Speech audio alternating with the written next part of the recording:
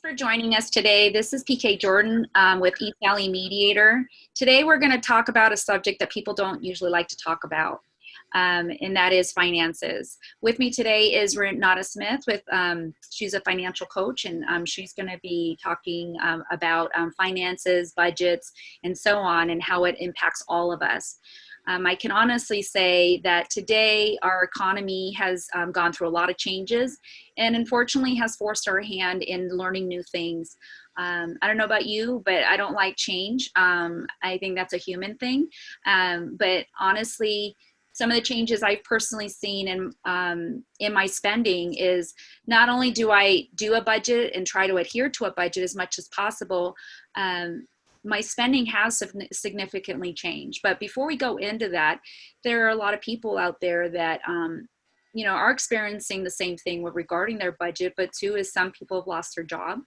Some people have fallen ill, are getting their hours cut or even on furlough, or their job is being eliminated. And so life happens and you can lose a spouse. So that means losing their income, or you have chronic illness or a major illness that has really, affected you or your family. And that I've personally had a personal experience with chronic illness, and also my daughter and my husband.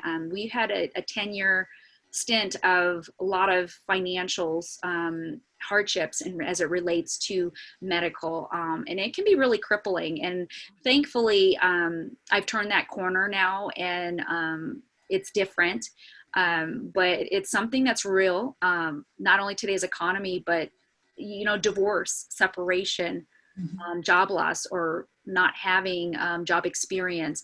All of those are factors that we all have to face. And so I am a big advocate of budgets. I talk with my own clients about budgets because it's really important to know what costs really are. Because a lot of times when it comes to finances in a family, there's usually one person that does the majority of the finances and they have a clear picture, but the other person may not.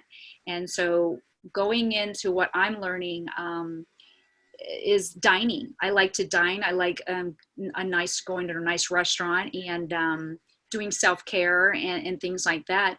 All of those cost, I'm saving quite a bit of money not doing those expenses.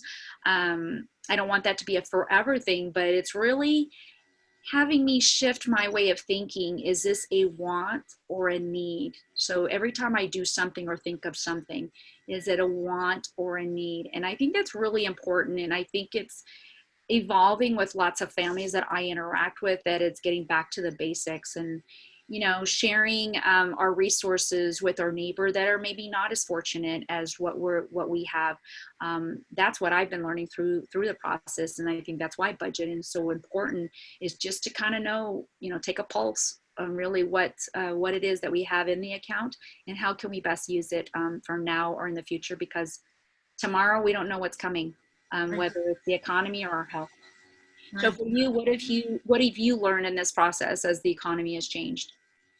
Well, a lot of things. One, I'm thankful that I live on a budget. So I sort of look at budget as like, this, I had somebody term it one time, it's called a freedom fence. It's like, when you have this little fence around, where you're safe and how you can function well in this little fence, in this arena. But when you step out of it, overspend in an area or something like that, then you're in trouble.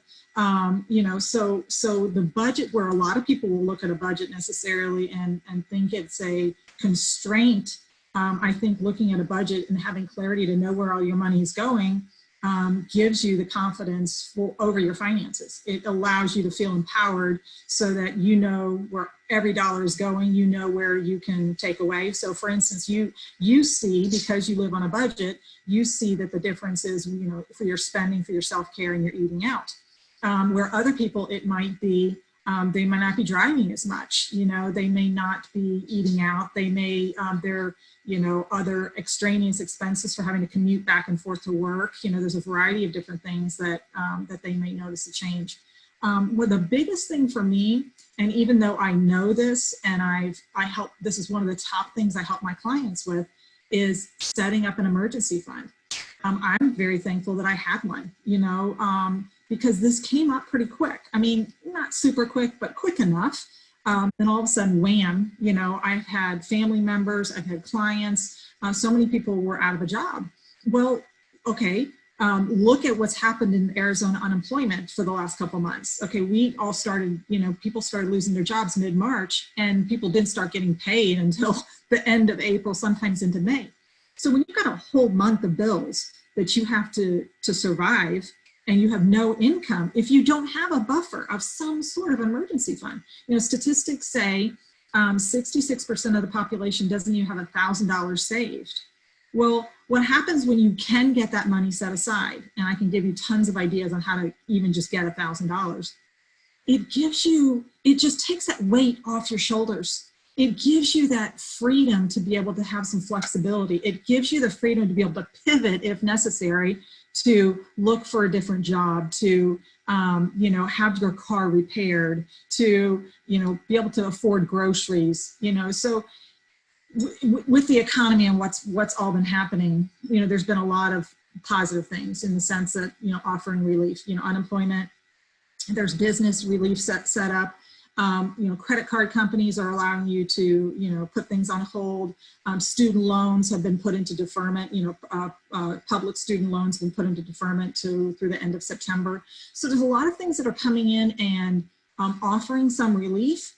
But in my personal opinion, my goal is to help others develop that sense of freedom from their finances, within their finances, so that they don't necessarily have to have that help, that they can relax, have that sense of security, have a little bit of extra money set aside, not be living paycheck to paycheck.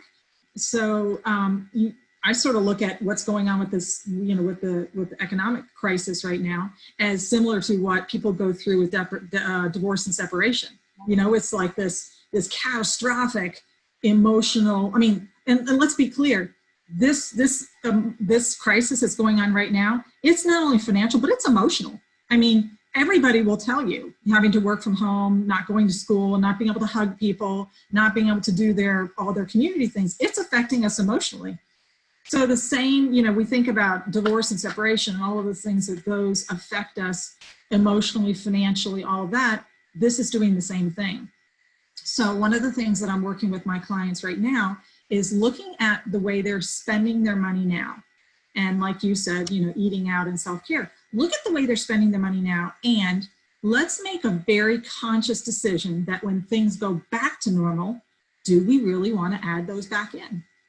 Is it something that we value enough that we want to go back and start doing again? Or do we have that extra money in the account and we want to use it to pay off debt?